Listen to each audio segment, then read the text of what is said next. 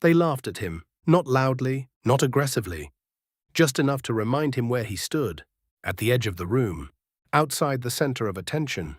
Daniel didn't react. He didn't force a smile. He didn't defend his ambition. He simply nodded, because he understood something they didn't. Laughter is easy, building isn't. Daniel worked in strategy at a mid-sized firm in London. Glass walls, clean desks, polished presentations, meetings were competitive theater. People interrupted, spoke quickly, performed confidence. Daniel never competed for air. He waited, he listened fully, he spoke rarely. When he did, it was precise. Some thought he lacked presence. In truth, he lacked interest in performance. One Friday evening at the pub, someone asked him what he was working on. Something small. Daniel replied, A platform I've been building on the side. Oliver smirked. You building a platform? Light laughter. Since when did you become a tech founder? Another chuckle. Daniel took a slow sip of his drink. Since I started learning instead of talking about it. More laughter, but softer. He didn't elaborate. He didn't explain his model. He didn't pitch his vision. He changed the subject. Because he wasn't building for applause, he was building for competence. At work, he noticed patterns. Who reused old slides and called them innovation. Who promised timelines without understanding dependencies. Who spoke longest when they understood least. He didn't judge them. He simply observed. Quiet people often see structure more clearly. And structure matters when pressure arrives. At home, after long office days, Daniel worked again. No announcements, no social media updates, no late-night grind posts. Just repetition, testing code, refining systems, breaking things deliberately to see where they failed, improving architecture. He wasn't chasing speed, he was building stability. 6 months is not long, but 6 months of consistent effort compounds. Meanwhile, at the office, momentum grew louder. A major internal product was scheduled for rollout. Oliver led the presentations, confident, charismatic, applauded. Daniel reviewed the framework quietly. There were weaknesses, integration risks, security gaps, scalability issues. He mentioned them once. They may not hold under load. Oliver waved it off. We'll optimize later. Soft laughter around the table. Always cautious, Daniel. He didn't argue. He documented, not to prove anyone wrong, but because clarity deserves record. 3 months later, small issues surfaced. Nothing dramatic. A delayed report, a client complaint, an unstable update. Meetings multiplied. Voices sharpened. Confidence became louder. Volume often increases when certainty decreases. Daniel remained calm. He did his job. He didn't say, I told you. He didn't withdraw. He prepared alternatives quietly. At home, his own platform had evolved.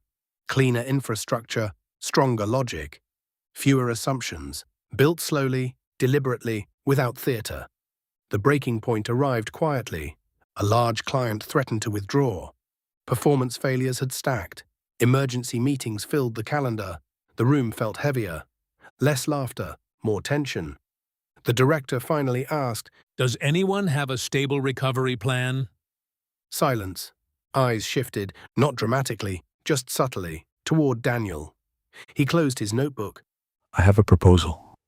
No performance, no revenge in his voice, just clarity. He connected his screen, displayed a redesigned framework, structured, tested, documented, time-stamped risk notes from months earlier. He didn't emphasize that they had been ignored. He didn't need to. The structure spoke. The room grew still, not intimidated, attentive. That was new. Over the following weeks, his model stabilized the system. Clients regained trust. Internal pressure eased. Oliver spoke less, not because he was silenced, because he was listening. Daniel was not promoted immediately. No dramatic title shift. Something subtler happened. When he spoke, no one interrupted. When he warned, no one laughed. When he suggested caution, people paused. Respect rarely arrives loudly, it settles quietly. Meanwhile, his side platform launched. No fanfare, no dramatic reveal, just steady growth. First users, then referrals, then quiet investor interest. People didn't recognize his name. They recognized reliability. Competence attracts attention differently than charisma. Slower, but stronger. 6 months after that night at the pub, they sat at the same table again, same chairs, same drinks. Oliver glanced at him. So, how's your small platform going? No smirk this time, just curiosity. Daniel showed him the dashboard, user growth curves, revenue stability, clean infrastructure diagrams, no exaggeration, no boasting. Oliver leaned back. No one laughed, no one joked. The silence wasn't hostile, it was recalibration. They were adjusting their perception. Daniel hadn't changed who he was. They had changed how they saw him. Here's the truth. He didn't win because he was quieter. He won because he was consistent. He didn't seek moral superiority. He practiced structural integrity. He didn't punish people for underestimating him. He allowed results to update their assumptions. Some people believe dominance requires noise. It doesn't. Noise demands attention. Competence commands it. Some think silence is weakness. Often it is preparation. If they laugh at you, let them. Laughter is temporary. Structure endures. Improve your skill quietly. Strengthen your foundation privately. Refine your thinking when no one is watching. Because when pressure arrives, and it always does, volume collapses first. Preparation remains. 6 months earlier, they laughed. 6 months later, they listened. Daniel never silenced the room. He simply became someone worth hearing. And eventually, the room adjusted itself.